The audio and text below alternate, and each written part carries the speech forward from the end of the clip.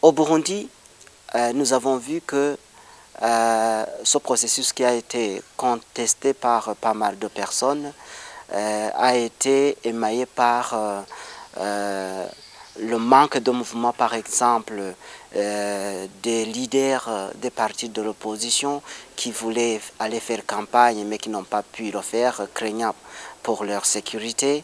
Il y a eu aussi beaucoup de déplacements massifs des réfugiés qui sont partis dans les pays limitrophes craignant pour leur sécurité, principalement accusant la milice du parti au pouvoir, les Imbonerakure, de les terroriser. Il y a eu aussi les leaders des partis politiques qui ont fui le pays. Il y a aussi les leaders des membres de la société, plutôt des organisations de la société civile qui vivent dans la clandestinité ou qui ont déjà fui le pays. Donc, nous avons, il ne faudrait pas l'oublier, la CENI qui ne jouit pas de toute confiance de la part des différents politiques burundais. Donc, nous avons tout un tas de choses qui fait que on n'est pas confiance dans la conduite de ce processus électoral déjà en cours au Burundi. Et comme conséquence, je pense que les conséquences vont être lourdes pour le Burundi et dans les différents domaines. Si nous considérons par exemple au niveau politique, comme j'aime souvent le dire, le sens premier d'une élection, c'est politique.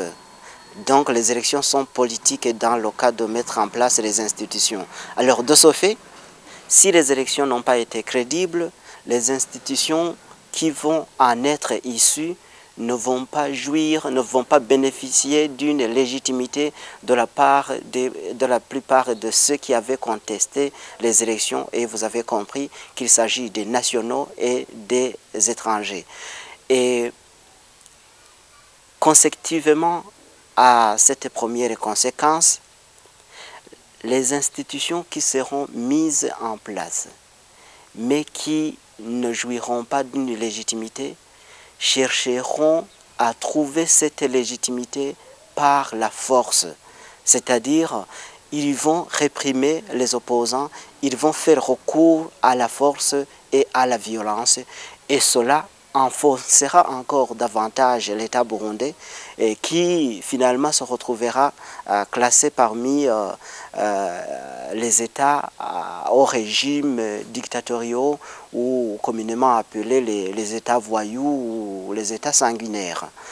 Et troisièmement, du côté politique, nous pouvons dire qu'il y aura, comme c'est déjà le cas, une instabilité.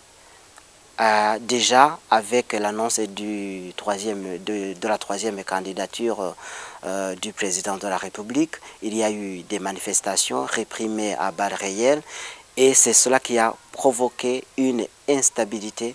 Et cette instabilité pourrait s'accentuer, pourrait s'aggraver et provoquer des conséquences beaucoup plus sérieuses au niveau de la sécurité de la plupart des contrées du pays. Voilà, ça c'est au niveau politique.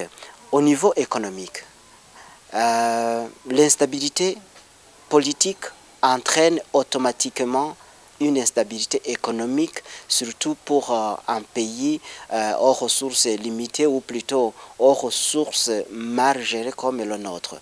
Et vous savez déjà, les activités sont déjà paralysées dans la plupart des commerces ici à Bujumbura, mais aussi dans certains coins du pays. Il y a l'OBR, par exemple, qui annonce avoir perdu, avoir accusé un manque à gagner de plus de 26% pour les seuls 2 mois. Donc, nous allons avoir une économie qui, en temps normal, comme le disait le deuxième vice-président, fonctionnait avec 52% d'aide étrangère et maintenant qui va se retrouver asphyxié, paralysé. Et c'est le peuple burundais, c'est le contribuable burundais qui va en souffrir parce qu'il sera amené à payer beaucoup plus d'impôts. Et le principe est clair, trop d'impôts tue l'impôt. Au niveau social, vous avez vu que cette crise que nous vivons déjà, liée à ce processus électoral, a déjà réveillé les vieux démons de la division ethnique et même régionale. Donc si le processus devait continuer ainsi, son aboutissement conduirait à l'aggravation de ce sentiment de division, quelque chose que l'on pourrait qualifier de bouc émissaire. Lorsqu'il y a quelque chose qui ne va pas, on essaie de chercher la cause, et souvent c'est un bouc émissaire. Et puis au niveau social et aussi lié au niveau politique, il y a cette intolérance, l'intolérance politique qui pourrait aller aussi avec l'intolérance sociale, dans le fait qu'on accuse telle ou telle autre ethnie d'avoir été à la base de cela et de cela, et cela, ce processus électoral pourrait donc aboutir à des conséquences graves.